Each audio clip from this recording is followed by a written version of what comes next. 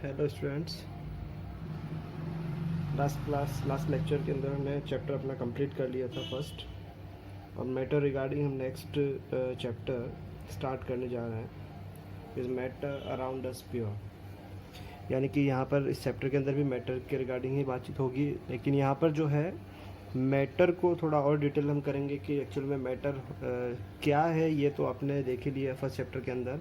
अब मैटर की जो प्रॉपर्टीज़ हैं कि ये कितना प्योर है या कितना इम्प्योर है, हमेशा प्योर ही होगा या इम्प्योर होगा, अगर प्योर है तो क्या उसको सेपरेट किया जा सकता है, और अगर इम्प्योर है तो उसको सेपरेट किस तरीके से किया जा सकता है, वो सारी चीज़ें जो है आप इस चैप्टर के अंदर पढ़ेंगे। तो यहाँ पर जो है मैटर को थोड़ा हम आगे लेके जाते हैं। तो मैटर को दो पार्ट में हम डिवाइड करते हैं, एक तो प्योर और दूसरा इम्प्योर। ये आपका हो जाता है इम्प्योर सब्सटेंस, यानी कि मैटर जो है वो इम्प्योर भी हो सकते हैं और प्योर भी हो सकते हैं। दूसरी तरफ मैं ले रहा हूँ प्योर सब्सटेंस। ठीक है, तो यहाँ प्योर और इम्प्योर सब्सटेंस के बारे में हम पढ़ेंगे। मैटर को दो कैटेगरीज में डिवाइड कर दिया है। यहाँ पर अगर हम देखें तो प्योर सब्सटेंस को भी कैटेगराइज किया जाएगा दो पार्ट में। आपने सुना होगा एलिमेंट क्या होता है, देख रहे हैं, और दूसरा जो है वो होता है कंपाउंड।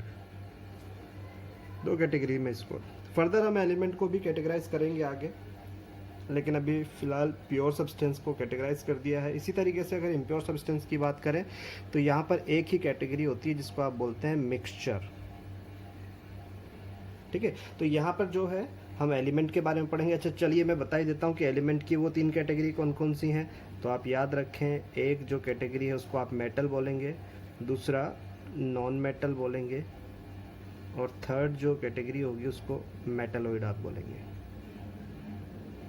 तो ओवरऑल अगर हम देखें तो मैटर को हम इतने पार्ट्स में डिवाइड कर सकते हैं। First pure substance, impure substance. Pure substance को फिर से हम सेपरेट कर दिया एलिमेंट्स एंड कंपाउंड्स दो पार्ट में। कंपाउंड्स जो भी है वो हम डिटेल करेंगे आगे, ठीक है ना, किस तरह का ये कॉम्बिनेशन होता है। एलिमेंट की अगर हम बात करें तो इसको भी कैटेगराइज किया गया है। तो यहाँ मेटल क्या है, इनके एग्जांपल्स और इनकी प्रॉपर्टीज़ को भी हम आगे डिस्कस करेंगे। फिर कंपाउंड और उसकी प्रॉपर्टी के बारे में डिस्कस करेंगे, और फाइनली जो है हम इस चैप्टर का जो बड़ा पार्ट है वो है मिक्सचर। क्या होता है मिक्सचर, कितने टाइप्स मिक्सचर के होते हैं, मिक्सचर को भी यहाँ पर हम टाइप्स में डिवाइड करेंगे। तो कितने टाइप के मिक्सचर होते हैं और किस तरीके से इन मिक्सचर जो कि डिफरेंट कॉन्स्टिट्यूंट से मिलकर बना हुआ है उसको कैसे हम सेपरेटिंग, किन टेक्निक्स से हम सेपरेट करेंगे। ठीक है, तो फर्स्ट पार्ट में, ये चैप्टर दो पार्ट में हमें करना है। फर्स्ट पार्ट में जो है वो मिक्सचर को डिटेल करना है, उसके बाद जो डिफरेंट काइंड ऑफ मिक्सचर हैं उनको किस तरीके से सेपरेट किया जा सकता है, यानी कि हम सेकंड पार्ट इसका जो लेंगे उसके अंदर हम सेपरेशन मेथड्स को स्टडी करेंगे। ठीक है, तो सबसे पहले हम यहाँ पर स्टार्ट कर लेते हैं। मैटर एक बार फिर से मैं डिफाइन कर देता हूँ क्या होता है मैटर। आपने पढ़ा फर्स्ट चैप्टर के अंदर, जिसके पास मास भी हो और जो स्पेस भी ऑक्यूपाई करता हो, ठीक है ना, वही मैटर होता है। तो एक बार फिर से मैं यहाँ डिफाइन कर देता हूँ, anything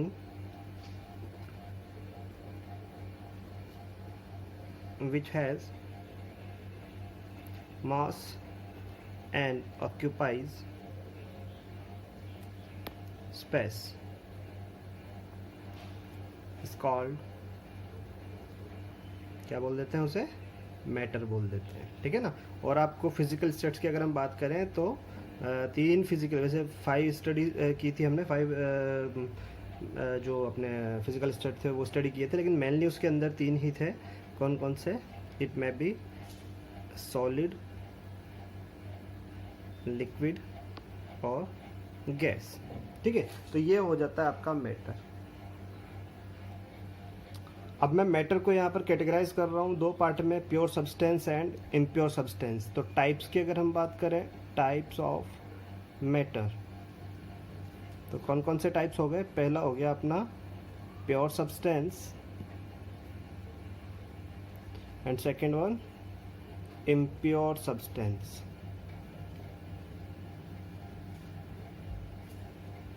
ठीक है, तो यहाँ पर पहला हम ले लेते हैं pure substance.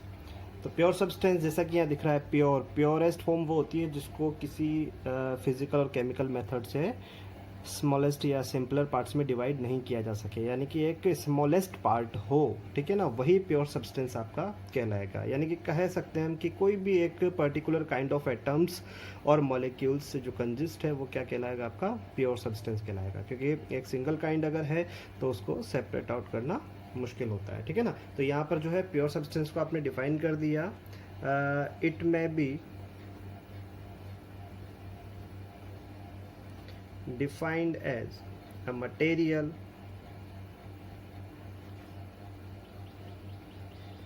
which contains only one kind of atoms or molecules। कोई भी एटम्स मतलब सिंगल एलिमेंट, ठीक है ना, और मॉलिक्यूल्स जैसे आपका H2O है, CO2 है, ठीक है। तो इस तरीके से कोई भी पर्टिकुलर एक काइंड हुआ तो वो आपका प्योरेस्ट सब्सटेंस कहला जाता है, ठीक है ना। अब यहाँ पर जो मैं बात कर रहा हूँ प्योर सब्सटेंस, उसको भी मैंने बोला था आपको कि अलग अलग पार्ट में यानी कि एलिमेंट्स एंड कंपाउंड फॉर्म में कैटेगराइज किया जाएगा। तो कैटेगरी में फर्स्ट हम डाल लेते हैं यहाँ पर एलिमेंट्स। एलिमेंट्स भी प्योर सब्सटेंस है और कंपाउंड भी अपनी जगह पर प्योर सब्सटेंस है। तो एलिमेंट्स क्या होती हैं, ये प्योर सब्सटेंस होती हैं जो कि एटम से कंजिस्ट होती हैं। कंपाउंड क्या होते हैं, वो मॉलिक्यूलर फॉर्म होता है, ठीक है ना।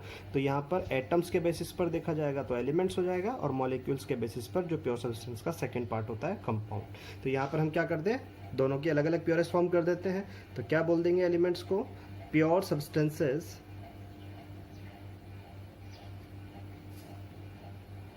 which are made up of only one kind of, किसकी बात करें, एटम की अगर हम बात करें, one kind of atom are known as, क्या कह देंगे भाई, एलिमेंट्स कह देंगे। और एलिमेंट्स जो होंगे, क्योंकि प्योरेस्ट फॉर्म है इसलिए इनको ब्रेक करना क्या होगा, मुश्किल हो जाएगा। दे कैन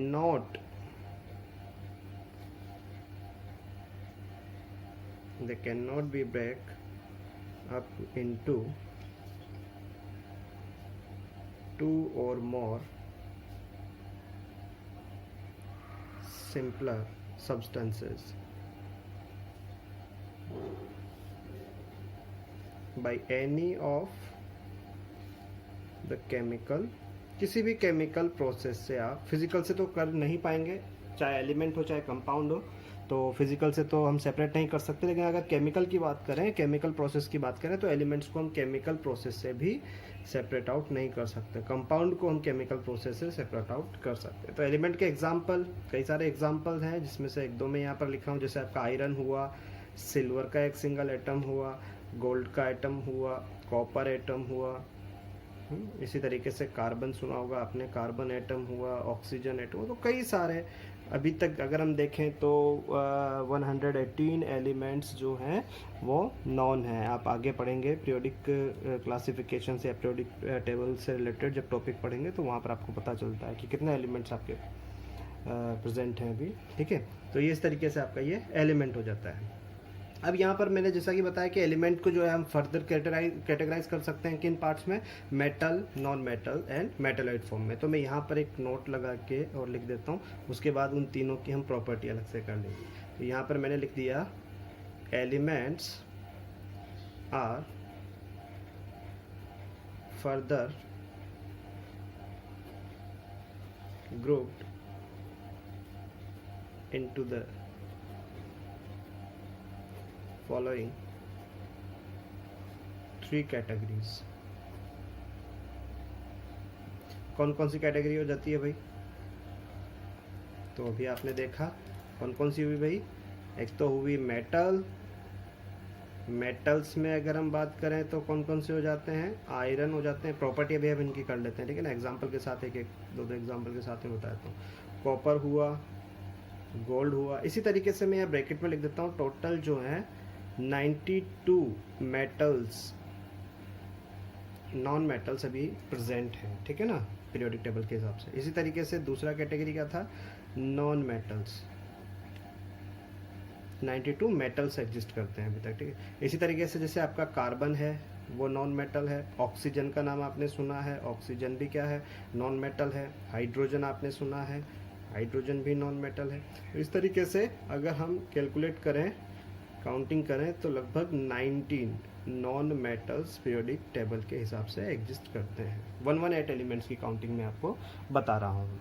इसी तरीके से एक और पार्ट होता है मेटालॉइड। क्या होता है मेटालॉइड भी देख लेंगे, है ना, अलग अलग पार्ट में, क्योंकि मेटल, नॉन मेटल और मेटालॉइड के बारे में आपने 8th क्लास में पढ़ा है, ठीक है ना। तो मैं हल्का हल्का इनका प्रॉपर्टीज़ आपको रिमाइंड करवा दूंगा एक बार। तो मेटालॉइड्स जो हैं, टोटल 7 मेटालॉइड्स आपके हैं। यहाँ पर मैं सभी के नाम लिख देता हूँ, साथ ही हैं तो कोई दिक्कत नहीं है।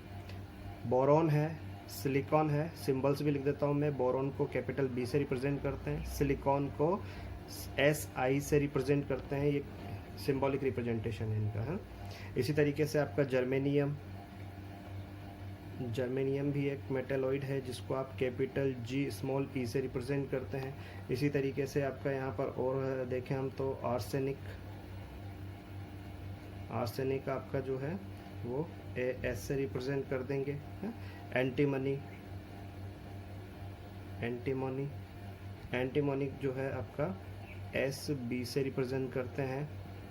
इसी तरीके से सेलेनियम होता है, सेलेनियम, इसको SE से रिप्रेजेंट कर दिया। और एक होता है आपका टेलोरियम, टेलोरियम, सॉरी टेलोरियम, इसको आप TE से रिप्रेजेंट करते हैं। तो ये आपके टोटल 7 मेटलॉइड्स हैं, लगभग 92 आपके मेटल्स हैं और लगभग आपके 19 नॉन मेटल्स हैं। टोटल जो आपके ये होते हैं 11 element, exist element periodic table based है।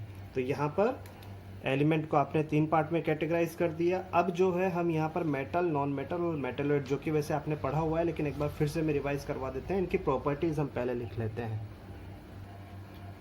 प्रॉपर्टीज़ की बात करें तो यहाँ प्रॉपर्टीज़ आपको लगभग सारी पता है। अभी मैं जैसे जैसे लिखूंगा तो आपके माइंड में आने लगेगी, क्योंकि अभी आप एग्ज़ाम देकर, ठीक है ना, तो पता होगा ही आपको क्या होता है भाई। अगर मेटल की प्रॉपर्टी करें तो सबसे पहले तो आपको पता है शाइनी इनका नेचर होता है, जिसको अपन बोलते हैं लस्ट्रस प्रॉपर्टी। तो दीज आर लस्ट्रस, लस्ट्रस मतलब शाइनी ये नज़र आते हैं ना, गोल्ड सिल्वर होता है, शाइनी नेचर इनका होता है। इसी तरीके से इलेक्ट्रिसिटी को कंडक्ट करते हैं, पता है आपको, they conduct heat and electricity. इसीलिए तो जो वायर्स वगैरह होते हैं वो मेटल्स के, कॉपर वायर हुआ करते हैं, एल्यूमिनियम वायर हुआ करते हैं, जिंक वायर हुआ करते हैं, हीट एंड इलेक्ट्रिसिटी। उसके अलावा यूटेंसिल्स जो आपके होते हैं वो भी किसके होते हैं, मेटल्स के बने हुए होते हैं, क्योंकि वो हीट के अच्छे कंडक्टर हुआ करते हैं। और याद कीजिए कैसे होते थे, मेलिएबल होते थे और डक्टाइल हुआ करते थे। मेलिएबल मतलब जो थिन शीट में कन्वर्ट हो जाए, और डक्टाइल मतलब जो थिन वायर में कन्वर्ट हो जाए जब हम उनको बीट करें। तो दोनों क्या मतलब दोनों प्रॉपर्टी, मेलिएबिलिटी और डक्टिलिटी, दोनों एक साथ में लिख देता हूँ। ये मेटल्स में प्रॉपर्टी होती थी। ऑल मेटल्स एक्सेप्ट, वही आपका हुआ पोटेशियम हुआ, लिथियम हुआ और सोडियम हुआ, और भी हैं थोड़े, कैल्शियम है, ठीक है ना। तो are malleable, malleable and ductile, बराबर। इसी तरीके से दे आर सोनोरस। सोनोरस क्या होता था, रिंगिंग प्रॉपर्टी, है ना, जब आप बीट करते हैं तो रिंगिंग साउंड प्रोड्यूस करता था, रिंगिंग साउंड, ऐसे लिख देता हूँ मैं, थोड़ा याद रख जाएगा। इसी तरीके से और अगर हम बात करें तो हार्ड हुआ करते थे, ठीक है ना, इनको छोड़कर, सोडियम पोटेशियम को छोड़कर। तो मैं लिख देता हूँ यहाँ पर all metals are hard except sodium and potassium. और एक लास्ट प्रॉपर्टी कर लेते हैं फिजिकल स्टेट पर। ऑल मेटल्स, आपको पता है सारे जो मेटल्स होते हैं वो सॉलिड फॉर्म में होते हैं, एक्सेप्शन आपका मर्क्यूरी हुआ करता था, है ना। तो लिख लीजिए आप यहाँ पर all metals are solid. Room temperature की हम बात कर रहे हैं, एट रूम टेम्परेचर, क्योंकि फिजिकल स्टेट तो चेंज किया जा सकता है ना। अभी जो लास्ट चैप्टर पढ़ा उसी के अंदर देखा हमने टेम्परेचर इफेक्ट और प्रेशर इफेक्ट। तो रूम टेम्परेचर पे मैं बात कर रहा हूँ, सॉलिड फॉर्म में होते हैं, ठीक है ना, किसको छोड़कर, एक्सेप्ट मर्क्यूरी। मर्क्यूरी जो होता है वो रूम टेम्परेचर पर लिक्विड फॉर्म में होता है, which is liquid at room temperature. ठीक है, इसी तरीके से यहाँ पर हम प्रॉपर्टी कर लेते हैं, प्रॉपर्टीज ऑफ नॉन मेटल्स। तो कंपेयर करके बता सकते हैं, ये जो सारी प्रॉपर्टी आपने लिखी है वैसे नॉन मेटल की प्रॉपर्टीज आप लिख लीजिए। तो फर्स्ट वन क्या हो जाएगी, दे आर डल, मतलब ये जो है इनमें शाइनी अपीयरेंस नहीं होता है, ठीक है ना, इन अपीयरेंस शाइनी अपीयरेंस इनका नहीं होता है। उसके अलावा कंडक्टिविटी की बात करें तो आपको पता है ग्रेफाइट को छोड़कर बाकी सारे क्या होते हैं, एक्सेप्शन था ना, ग्रेफाइट कंडक्ट करता है फ्री इलेक्ट्रॉन प्रेजेंट होने की वजह से। ठीक है, तो they are poor conductor of heat and electricity except, अगर यहाँ पर हम बात करें तो डायमंड जो था वो एक्सेप्शन है हीट कंडक्टिविटी के लिए, और ग्रेफाइट जो है वो इलेक्ट्रिसिटी कंडक्टिविटी के लिए एक्सेप्शन है। तो मैंने यहाँ लिख दिया diamond except diamond which is a good conductor of heat and graphite which is a good conductor of electricity, good conductor of electricity। तो ये इसका एक प्रॉपर्टी हो जाता है।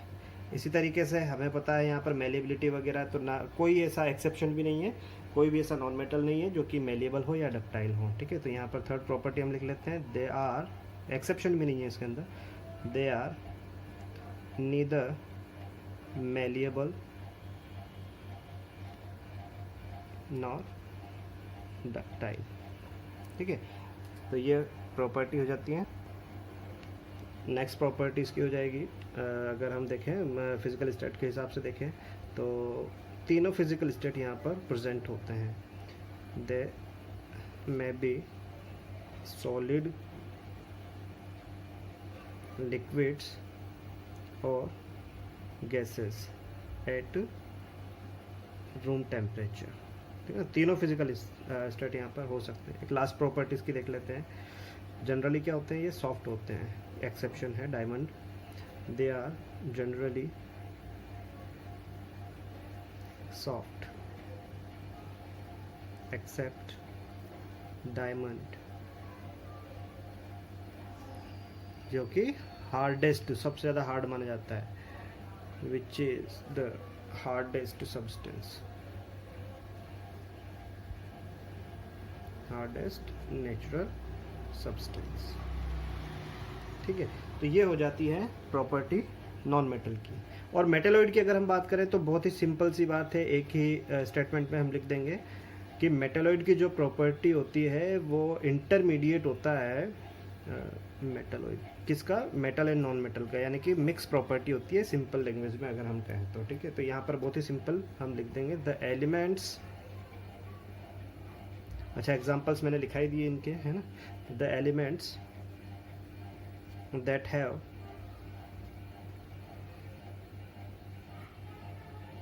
प्रॉपर्टीज, ऐसे करके लिख देते हैं, intermediate between those of metals and non-metals,